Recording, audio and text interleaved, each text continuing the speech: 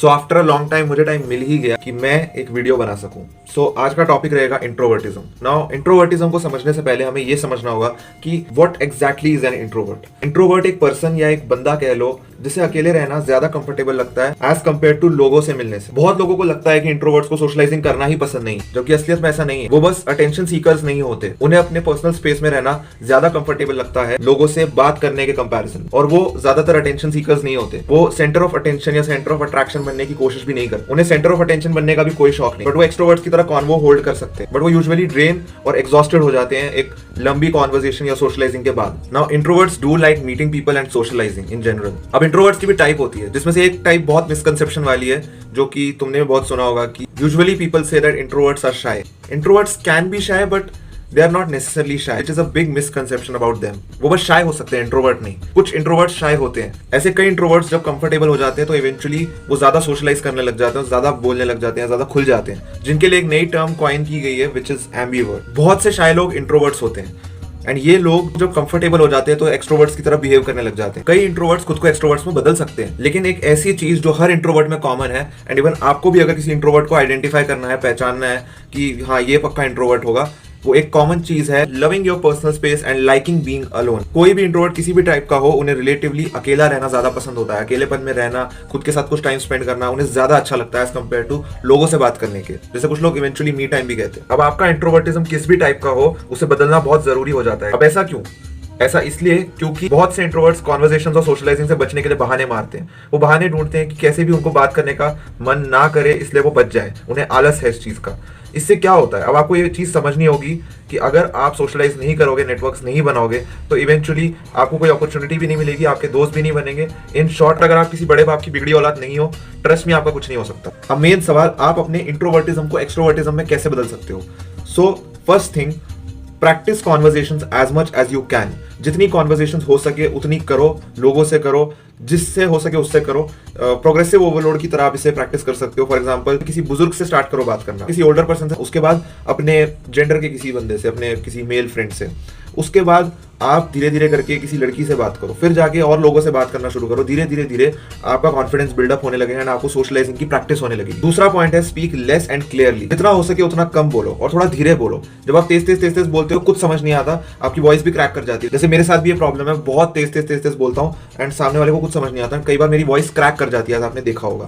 So speak very less and very clearly. आप कम बोलो, धीरे बोलो और ऐसा बोलो कि सामने वाले को क्लियरली सुनाई दे कि आप क्या बोल रहे हो, आप क्या कहना चाहते हो, जिससे सामने वाले को इवेंचुअली आपकी बात में इंटरेस्ट आएगा, आप इजीली सामने वाले से कम्युनिकेट कर पाओगे एंड आपकी सोशलाइजिंग स्किल और बेटर होगी। Be a better listener too. And अगर बोलते ही नहीं हो तो पहले बोलना शुरू करो, बाद में इन एडवाइसेस को फॉलो करो। पहले किसी से बात करना शुरू तो करो, उसके बाद ही दूसरी एडवाइस पे आओ। एक प्रॉपर पिच में बोलो। वो पिच, वॉइस क्रैक कर जाती है, पिच कई बार ऊपर नीचे ऐसे हो जाती है, तो be clear with your voice, be perfect with your voice and एक नॉर्मल पिच्ड वॉइस में आप सामने वाले से बात करो, जिसके लिए आप वोकल एक्सरसाइजेस या वॉइस प्रैक्टिस कर सकते हो। एक कंसिस्टेंट पिच में बोलो, एक नॉर्मल प्रॉपर वॉइस जैसी आपकी है उसमें बात करना शुरू करो। तीसरा पॉइंट है, dress and groom yourself well to look enough presentable to talk to someone.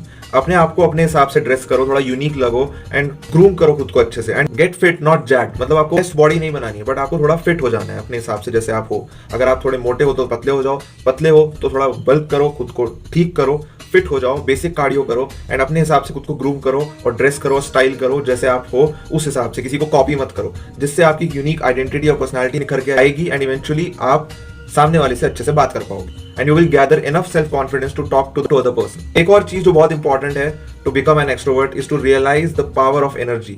Now what is energy? The energy I'm talking about is the human energy of socializing. You need a lot of energy to talk to someone and to socialize in general.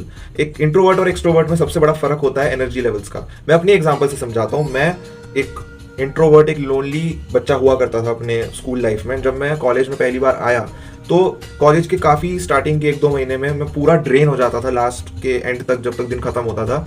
ऐसा क्यों होता था? क्योंकि मुझे लोगों से बात करने का एक्सपीरियंस और प्रैक्टिस नहीं था, बट उसके ऊपर मेरे पास उतनी एनर्जी नहीं थी। इंट्रोवर्ट्स यूजुअली अपनी एनर्जी बचा के रखते हैं एंड बैठे रहते हैं, तो उनके लिए वो काफ़ी है। बट एक्सट्रोवर्ट्स को काफ़ी एनर्जी चाहिए होती है बात करने के लिए, इसलिए वो खाना बहुत खाते हैं, आप देखेंगे। एंड वो खाना खा के और एनर्जाइज हो जाते हैं, वो लोगों से बात कर पाते हैं ढंग से with a lot of energy, because they radiate a lot of poisonous energy which you need. So eat more protein, fiber and energy related foods to gather enough energy to socialise to people. जब energy नहीं होती तो आप बहुत डल sound करते हैं, आप सामने वाले से बात भी नहीं कर पाते हैं, इतनी भी हिम्मत नहीं होती कि मैं इसे देखूं भी एक पल को, तो आप सीधा हेड डाउन करके सो जाते हैं। तो वैसी एनर्जी, वैसी स्लीपी और डल वाइब लेके अगर आप किसी से बात करेंगे तो आप किसी से भी बात नहीं कर पाएंगे। इसलिए realise the power of energy. And एक bonus point to master extrovertism is to learn the art of detachment. You need to be detached from the whole world to be the absolute extrovert, जो दुनिया जिसके पीछे पागल होती है। ऐसा क्यों होता है? आप यूजुअली एक्सट्रोवर्ट्स को देखेंगे वो किसी से अटैच नहीं रहते, वो ज्यादा लोगों की परवाह नहीं करते। एज एन इंट्रोवर्ट आप देखोगे आप लोगों की परवाह करते हो। इन जनरल कॉन्वर्सेशंस में अगर किसी को लेफ्ट आउट फील करवाया जा रहा है, आप उनकी परवाह करते हो, आप उनसे बात करने की कोशिश करते हो, आप आइस ब्रेक करने की कोशिश करते हो, उनको इन्वॉल्व करने की कोशिश करते हो। एज एन एक्सट्रोवर्ट आपका काम लोगों को इन्वॉल्व करना नहीं है, आपका काम है लोगों को इन्वॉल्व करना, थोड़ा बहुत आइस ब्रेक करना, बट उससे ज्यादा आप लोगों की ओवर केयर या परवाह नहीं कर सकते। The world is shallow and you have to be that person who is kind of a shallow person in general, and you have to be a person who talks about interests, happiness, make people laugh and laugh himself, so that you can become an extrovert and talk to as much as people as you can and make connections and make close acquaintances, which will help you in future to earn more respect and to earn and to get to as many opportunities you want to.